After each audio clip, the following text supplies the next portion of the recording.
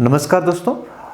इस क्लास में हम बहुपद से रिलेटेड कुछ महत्वपूर्ण प्रश्नों की बात करेंगे और पिछले वीडियो में हमने कुछ परिभाषाओं के संदर्भ में डिस्कस किया था और उससे रिलेटेड कुछ महत्वपूर्ण प्रश्न हैं अपन देखेंगे समझेंगे किस टाइप से एग्जाम में प्रश्न बन सकते हैं। तो आइए देखते हैं कि करके सारे प्रश्नों को समझते हैं।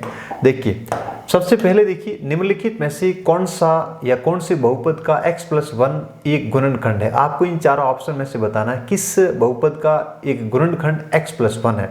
अब देखिए ऐसे प्रश्न जब भी एग्जाम में आते हैं तो आप किस तरह से इस प्रश्नों को हल करना चाहिए। देखिए एक चीज़ आपको बताना चाहूँगा कि ऑब्जेक्टिव टाइप के प्रश्न आपको हल करने के लिए कई सारे तरीके आपको यूज करने पड़ेंगे। आपको देखिए एक प्रश्न को आप 2-3 तरीके से हल कर सकते हैं, लेकिन आपको समय बचाना है किस तरह से आप जल्दी से जल्दी प्रश्न को हल कर पाएँ, सही हल कर पाएँ। तो इसके लिए आपको मैं एक बताना चाहूँगा कि देखिए यानी आपको देखना इन चारों ऑप्शन में से किस एक बहुपद का गुणनखंड x+1 है। आपको एक चीज ध्यान रखना है कि जिसका भी x+1 गुणनखंड होगा तो उसके मान को पूरा क्या करेगा, संतुष्ट करेगा। ये चीज आपको ध्यान रखना, यानी इन चारों में से जिसका भी x+1 एक गुणनखंड है और जिसका भी ये गुणनखंड होगा इसका मतलब उस मान को ये पूरा क्या करेगा, संतुष्ट करेगा। आप ऐसे करिए इन चारों ऑप्शन को बारी बारी आप x+1 इसको आप 0 के बराबर करोगे तो x+1 बराबर 0, तो x का मान यहाँ से कितना आएगा आपका -1। तो बारी बारी आप इस x बराबर -1 इन चारों ऑप्शन में रखिए और किस ऑप्शन में आप x बराबर -1 रखोगे तो पूरे मान का पूरा जो है उसका मान 0 आ जाएगा। तो एक एक करके अपन को हल करना है। हमेशा ध्यान रखना जब भी ऐसे प्रश्न आप हल करो तो चौथे ऑप्शन से शुरुआत करनी चाहिए, क्योंकि कई बार आपका चौथा ऑप्शन ही उत्तर होता है। आपको देखिए कई बार अपन ट्राई करते पहले से चौथे तक जाते थोड़ा टाइम ज़्यादा लगता है, इसलिए हमेशा शुरुआत चौथे से करनी है आपको। देखिए चौथे से अपन ट्राई करते हैं। देखिए ये 3 x बराबर -1 की घात 5 प्लस 3 -1 का स्क्वायर प्लस 2 ये -1 -2। अब इसको देखिए हल करिए तो इसकी घात आपकी विषम है, इसका मतलब ये हो जाएगा -3। अब यहाँ घात सम है तो ये माइनस प्लस हो जाएगा और ये आपका हो जाएगा -2 3 से 3 कैंसिल हो जाएगा और 2 और 2 कितना हो जाएगा -4। इसका मतलब ये आपका नहीं हो सकता। अब आप अगले ऑप्शन को c को चेक करिए, c बराबर रखिए तो देखिए यानी -1 की घात 3 ये -1 का स्क्वायर 2 प्लस √2 ये आपका -1 और -√2। आपको हल करना बिल्कुल ही। देखिए -1 की घात 3 है, एक की घात 3 है, ये -1 हो जाएगा, ये माइनस प्लस और बाहर वाला माइनस रह जाएगा और फिर देखिए ये माइनस और ये माइनस प्लस हो जाएगा और अंदर आपका 2 प्लस √2 और आगे आपका -√2। अब माइनस से माइनस कैंसिल, 1 से 2 से ये 2 कैंसिल, तो फाइनली आपका क्या आ गया 0। कहने का मतलब x+1 किसका गुणनखंड हो सकता है। तो ध्यान देना है कि इसके मान को पूरा संतुष्ट किस ऑप्शन में हो रहा है, सी के अंदर हो रहा है। तो इजीली आप इस मान को अंदर रखोगे तो किस ऑप्शन से जिसका भी मान, जिस बहुपद का मान 0 आएगा वही उसका क्या होगा, गुणनखंड होगा। तो इस टाइप के प्रश्न एग्जाम में जब भी पूछे कि भाई जो भी आपको गुणनखंड दे उसको 0 के बराबर करिए और x की जितनी वैल्यू आए उस वैल्यू को उसमें पुट करिए और किस आपके बहुपद से मान पूरा 0 हो रहा है, जिससे 0 हो रहा है वही आपका क्या होगा, उत्तर होगा। तो इजीली आपको ध्यान देना जब भी आपको इस टाइप के प्रश्न पूछे तो इसी तरीके से आपको इसको हल करना है, ठीक है। अगला देखिए, अगले को आपको सोल्व करना। देखिए बहुत इजी है, अब इसको कर सकते हो। 5 को अंदर आप मल्टीप्लाई कर दीजिएगा, 5x प्लस ये हो जाएगा आपका 15 और 20 और 1 21 बराबर आपका 6x प्लस कितना हो जाएगा 8। इसको उधर ले आओ या इसको उधर ले लो तो ये आपका हो जाएगा x बराबर 215 माइनस के 8, तो ये x बराबर कितना हो जाएगा आपका 207। तो इजीली ज़्यादा कोई टफ प्रश्न नहीं है, बहुत इजी है, ठीक है। बिल्कुल आपको अंदर गुणा करके पक्षांतरण करना है इसको, ठीक है। अगला देखिए ये प्रश्न अच्छा प्रश्न है, देखिए ध्यान से। 3x - 4y और 3x + 4y और दे रखा आपका 9x² प्लस 16y²। अब इसको ध्यान से देखिए। आप देखिए इस प्रश्न में क्या देख रहे हो, देखिए ये आपका a है, ये आपका b है, ये आपका a है, ये b। इसको देखिए आप a + b a - b, आपने ऐसी इक्वेशन पढ़ी हुई a + b a - b। तो a + b a - b बराबर क्या होता है, a² - b²। लगा दीजिए इस इक्वेशन को, इस आइडेंटिटी को। तो ये लगाओगे तो आपका क्या बन जाएगा फाइनल, a² - b²। a का मान 3x तो 3x का होल स्क्वायर माइनस b का मान 4y तो 4y का होल स्क्वायर। ठीक है। और इसी तरह से आगे आपका कितना दे रखा है 9x² प्लस 16y², ठीक है। अब इसको आप हल करिए, इसको हल करोगे तो ये कितना बन जाएगा आपका 9x² माइनस आपका कितना हो जाएगा 16y²। इसी तरह से यहाँ हो जाएगा आपका 9x² प्लस 16y²। अब वापस इस आइडेंटिटी को लगाइए, a plus B a minus B. ध्यान से देखिएगा, ये आपका a है, ये आपका b है, ये आपका a है, ये b। ध्यान से देखो a plus B a minus B. तो इस आइडेंटिटी को लगाओगे तो वापस से आपका a² माइनस b² हो जाएगा। a का मान कितना है 9x का स्क्वायर का होल स्क्वायर और माइनस 16y² का क्या हो जाएगा होल स्क्वायर। अब इसको आप हल करोगे 9 का स्क्वायर कितना हो जाएगा 81 और ये हो जाएगा x की घात 4 माइनस 16 का कितना हो जाएगा 256 और y की घात कितनी हो जाएगी 4। और ये आपका किस ऑप्शन में दिख रहा है, देखिए 81 x की घात 4 256 y की घात 4। आपको दो बार क्या लगाना a² माइनस b² वाली इक्वेशन लगानी, बहुत ईजी है, कोई ज़्यादा दिक्कत नहीं है, अच्छे से आप समझ सकते हो। पहले इन दोनों पे लगाइए, फिर ये सेम टू सेम आएगा तो फिर आप एक बार और लगाइए तो आपका फाइनली क्या आ जाएगा आंसर आ जाएगा, ठीक है। अगला देखिए, अगला है यदि एक बहुपद को x माइनस 2 से भाग देने पर x प्लस 5 भागफल आता है और 3 शेष पर। अब देखिए इस प्रश्न में आपको थोड़ा सा ध्यान देना, आपने कभी अंकगणित के अंदर पढ़ा है भाज्य बराबर क्या होता है, भाज्य बराबर भाजक इंटू भागफल प्लस क्या होता है शेषफल। तो ये चीज आप इसमें लगा दीजिए। आपको बहुपद निकालना है तो एक बहुपद बराबर क्या होगा, आपको क्या दिया हुआ है भागफल कितना दे रहा, भाग देने से तो भाजक कितना हो जाएगा x माइनस 2 और भागफल कितना आ रहा आपका x प्लस 5 और शेषफल कितना रह रहा 3। बस इसको हल कर लो। अब इसको हल करने के लिए इन दोनों का गुणा कर दीजिएगा। अब जब भी आपको गुणे वाली कंडीशन होती है इस एक पद को दोनों से गुणा करना, x का इससे होगा, फिर x का आपका इससे होगा, फिर 5 का x से होगा और 5 का 2 का किससे होगा 5 से। तो इसको हल करिए, x का x से x², x का 5 से तो कितना हो जाएगा 5x और ये माइनस 2 का x से माइनस 2x और ये आपका हो जाएगा माइनस का 10 और प्लस का 3। अब इसको हल करिए तो ये आपका हो जाएगा x², ये प्लस के कितने हो जाएंगे 3x और ये पीछे रह जाएगा माइनस के 7। तो फाइनली आपका क्या आ जाएगा बहुत x² plus 3x minus 7, x² plus 3x minus 7। तो बहुत ईजी है, कोई ज़्यादा दिक्कत नहीं है। बस आप ये अपनाइए भाज्य बराबर भाजक गुणा भागफल प्लस शेषफल। वैसे वैसे बहुपद में भी अपनी इसी तरह से इसको हल कर सकते हैं, ठीक है। अगला देखिए, अगला प्रश्न है, यदि ये अच्छे से पढ़िए इस प्रश्न को, आपको क्या दे रखा है, यदि ए एक बहुपद है और a इंटू माइनस 3x² बराबर 9x की घात 5 माइनस 6x की घात 4 प्लस 12x की घात 3 हो तो a का मान ज्ञात करना। आप इसको इजीली कर सकते हैं। आप देखिए दो तरीके हैं, कैसे भी करना चाहो कर सकते हो। तो ये आपका a इंटू माइनस 3x² बराबर कितना है 9x की घात 5 माइनस 6x की घात 4 प्लस 12x की घात 3। आप ऐसे करिए इस प्रश्न को, सबसे पहले इधर आपका माइनस 3x² है, ऐसा इसमें से कॉमन ले लीजिएगा। तो ये आपका ये माइनस 3x², यहाँ से आप कॉमन ले लो माइनस की 3x²। अब ये मैं कॉमन लूँगा तो आपको पता, आप माइनस ज़बरदस्ती कॉमन ले रहे हो तो इसका मतलब अंदर भी माइनस आएगा और यहाँ आपका 3x² रहेगा।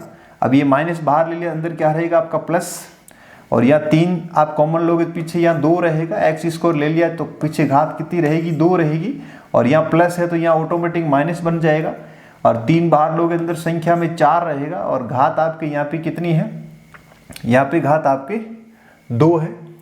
तो यहाँ पे आप घात 2 कॉमन ले लीजिएगा, ठीक है, घात को आप कॉमन ले लीजिएगा। और वैसे ये x की घात 3 है यहाँ पे, ठीक है, ये आपके x की घात ये 2, ये x की घात आपकी 3 है, इसको 3 कर दीजिए, ठीक है, ये 3 है, यहाँ पे करेक्शन कर लो इसको, ये 3। तो यहाँ पे x² रहेगा और यहाँ पे कितना रहेगा आपका x रहेगा, ठीक है। तो ये आपका 2x और उसके बाद में यहाँ आपका ये 12 है और ये मान लीजिए माइनस कितना रह जाएगा 4। अब देखिए, अब इसको मैं काट सकता हूँ, देखिए माइनस 3x की घात 3 माइनस 3x की घात 3 कैंसिल हो गया तो फाइनली ए का मान कितना हो जाएगा आपका -3x² प्लस 2x माइनस के 4। बहुत ईजी है, कोई ज़्यादा दिक्कत नहीं आएगी आपको। ठीक है, तो यहाँ पे आपको घात 3 करनी है, बहुत इजीली ये हो जाएगा, कोई दिक्कत नहीं आएगी। कॉमन लेना है या फिर इसका भाग लगाओ तो भी हो जाएगा, कोई दिक्कत नहीं आएगी। ठीक है, चलिए अगला देखिए, अगला प्रश्न देखिए। जब 8x⁴ yz minus 5xy⁴ minus 6x² yz⁴ plus 9xy² को 2xyz से विभाजित किया जाता है तो भागफल में y² का संख्यात्मक गुणांक। देखिए इस प्रश्न को अच्छे से देखिए, यहाँ आप देखने पे आपको पता चलेगा y² का आपको गुणांक पूछा है। अब देखिए y² कहाँ बन सकता है। यदि मैं 2xyz से भाग लगाऊंगा तो ध्यान से देखिएगा, यहाँ भाग लगाओगे तो y रहना ही नहीं आपके, क्योंकि y से y कट जाएगा। यहाँ देखिए इसमें आप इसमें भाग लगाओगे तो देखिए x से x कट जाएगा, y से y कट जाएगा, पीछे क्या रहेगा आपका y⁴ है, नीचे y तो y² रहेगा। आपको पूछा है क्या, y² का ही गुणांक पूछा है। देखिए गुणांक का मतलब कोफिशिएंट, मैंने आपको बताया संख्यात्मक, किसी भी वेरिएबल के साथ में जो संख्यात्मक मान होता है इसी को अपन क्या बोलते हैं, गुणांक बोलते हैं। तो ध्यान से देखिए इसको, तो आप देखिए ये आपका 8x⁴ yz, उसके बाद में है आपका -5xy⁴ माइनस की 6x² yz⁴ और उसके बाद में आपका 9xy²z।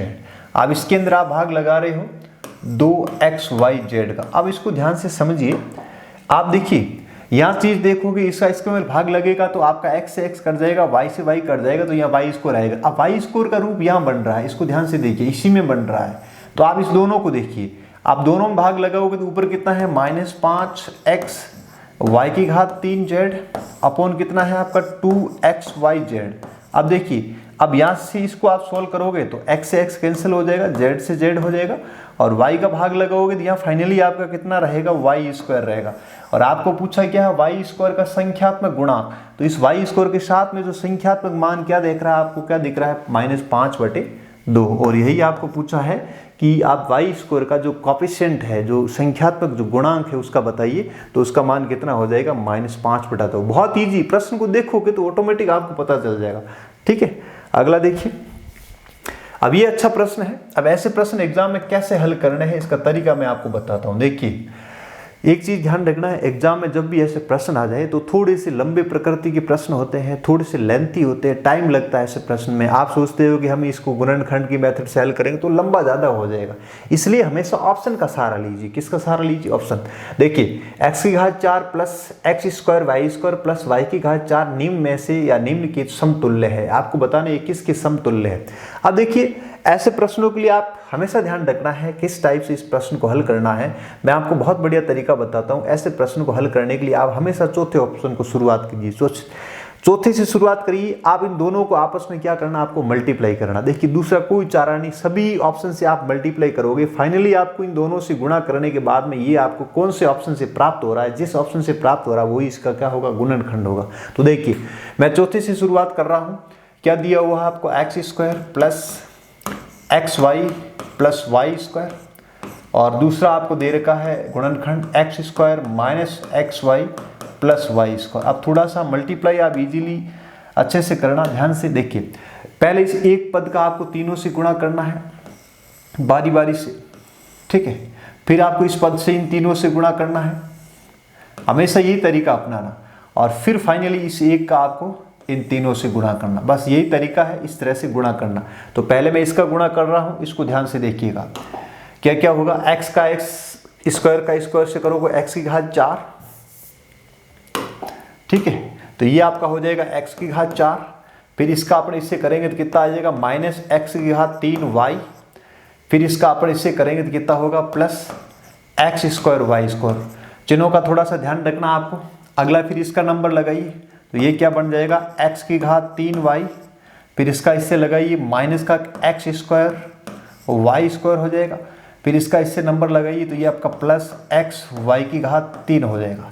इसी तरह से फिर y का नंबर लगाइए तो ये आपका बन जाएगा प्लस x² y²। मैं इधर लिख रहा हूँ, आगे चलेगा ये, ठीक है।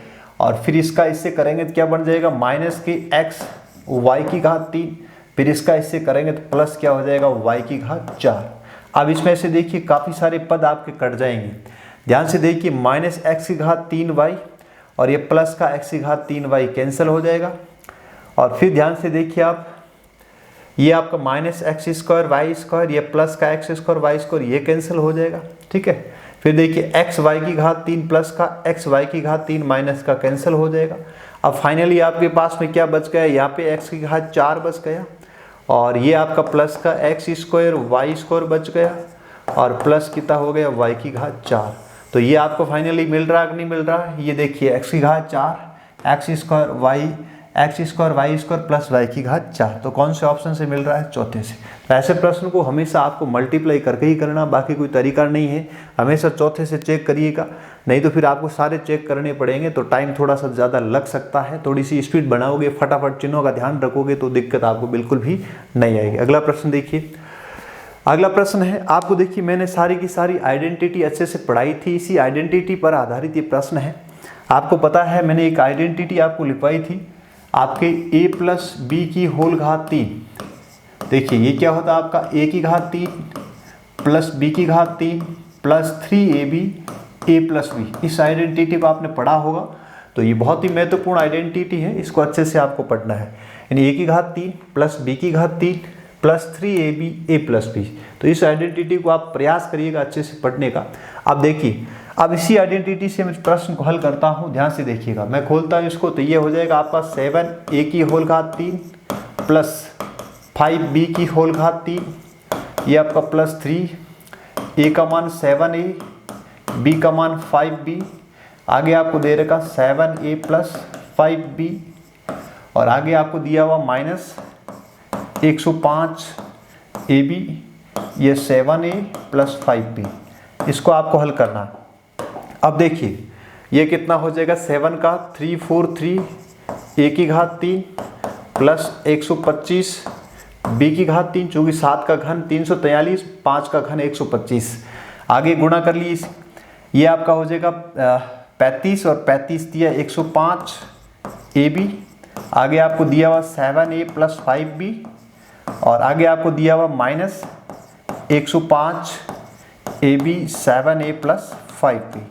अब देखिएगा ये दोनों पद आपके कट जाएंगे, ये प्लस माइनस का ये प्लस का दोनों कैंसिल हो गए और फाइनली आपके पास कितना रहेगा 343 a की घात 3 प्लस 125 b की घात 3 और यही आपका क्या है उत्तर है। तो 343 a की घात 3 और 125 b की घात 3। अच्छा प्रश्न है, सारी संख्या कट जाएगी पीछे वाली और यही आपका शेष रहेगा। ठीक है, अगला देखिए, समीकरण दिया हुआ है, मूलों का गुणनफल पूछा है।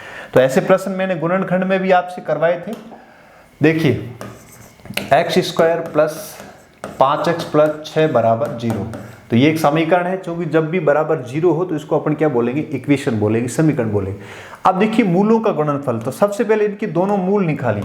अब मूल कैसे निकालेंगे, इस त्रिपद को हल करना। तो मैंने तरीका बताया, बाह्य पदों का गुणा करिएगा। आपको ऐसी संख्या सोचनी है गुणा करने पर 6x स्क्वायर और जोड़ने पर प्लस 5x आए, तो बिल्कुल इजी है, कोई दिक्कत नहीं आएगा। तो ये x square plus 3x plus 2x plus 6 बराबर 0। तो कॉमन ले लीजिएगा दो पदों से, तो ये यहाँ से x आ जाएगा, तो ये x प्लस 3 और यहाँ से 2 आ जाएगा, तो ये आपका x प्लस 3 बराबर 0। फिर से ले लीजिएगा, तो ये आपका x प्लस 3 और ये आपका x प्लस 2 बराबर क्या हो जाएगा 0 और 0 के बराबर रखेंगे तो एक आपका मान आ जाएगा x बराबर -3 और दूसरा x बराबर -। तो ये आपके दो रूट आ गए। आप देखिए ऐसे प्रश्न को आपको इजीली सरल करना है, तो हमेशा ध्यान रखना इस 5 को तोड़ना। अब 5 के टुकड़े क्या होंगे, 3 और 2 और ये भी प्लस में ये भी प्लस में। ध्यान रखना जब भी अपन मूल के अंदर जो टुकड़े होते हैं उसको हमेशा जैसे जिसमें प्लस में है तो इसको माइनस में लिखना, माइनस है तो प्लस में लिखना। तो ये आपका प्लस का 3 है, ये प्लस का 2 है, तो फाइनली इसका जो मान होगा x बराबर वो -3 और -2 आएगा। बस आप इजीली इसको सीधा भी निकाल सकते हैं, ऐसे करने की जरूरत नहीं है। थोड़ी सी प्रैक्टिस करोगे तो आपको ऑटोमेटिक पता चल जाएगा। ये सारी चीज़ें करने की ज़रूरत नहीं है, मैं आपको समझाने के लिए चीज़ों को कर रहा हूँ। बाकी आप थोड़ी सी प्रैक्टिस करोगे तो सारे के सारे प्रश्न आपसे इजीली हो जाएंगे कि हमको इसको प्रश्नों को किस तरह से हल करना है, कौन से आपको रूट मानना है, सारी चीज़ें हो जाएगी इजीली। अब पूछा क्या है, दोनों का गुणनफल पूछा है, तो दोनों का गुणनफल कर लीजिए, कितना हो जाएगा आपका प्लस का 6 हो जाएगा। ठीक है, तो बहुत ईजी है, दोनों रूट का आप क्या कर दीजिएगा, गुणनफल कर दीजिए। और अच्छे से हो जाएगा। ये कितना हो जाएगा, प्लस का 6। तो इजीली है, आप प्रश्न को थोड़ा समझिए। मैं आपको सारे प्रश्न करवाऊंगा, क्योंकि आपका जो बहुपद है उसमें अपन द्विघात समीकरण पढ़ेंगे, आपका जो क्वाड्रेटिक इक्वेशन है उसको अच्छे से पढ़ेंगे, वहाँ से प्रश्न आने की पूरी संभावना। तो ये चीज़ आपने बीजीय व्यंजक को समझ लिया अच्छे से, बहुपद को समझ लिया, इसके अलावा आपने द्विघात समीकरण को समझ लिया, तो फिर आपको दो चरों वाला जो रैखिक समीकरण पढ़ेंगे तो उसमें आपको बहुत ईजी लगेगा। गुणनखंड भी आपके इसी के साथ साथ चलता रहेगा, और आपका जो HCF जो है आपका LCM है वो भी आपको अच्छे से समझ में आएगा। देखिए आज का लास्ट प्रश्न है, इसको आप देखिए, बहुत ईजी है। आपको पूछा यदि k भागफल 3x² yz बराबर 2xyz है तो k का मान ज्ञात करिए। देखिए यानी आपको दिया हुआ है k भाग में कितना दे रखा है 3x² yz और बराबर कितना दे रखा है 2xyz। ठीक है, अब देखिए बहुत इजी है, कुछ भी नहीं करना, आपको सीधा क्रॉस गुणा करना है। कर सकते हैं क्रॉस गुणा इन दोनों का, और दोनों का गुणा करोगे तो फाइनली k का मान कितना आ जाएगा, ये आपका 6 x⁻³ y²z²।